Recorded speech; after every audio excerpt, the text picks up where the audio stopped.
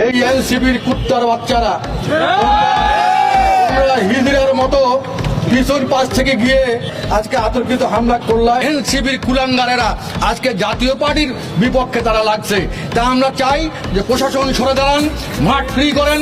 আমাদের শক্তি আর মত্তা আছে কিনা আমরা একটু জানান দিতে চাই।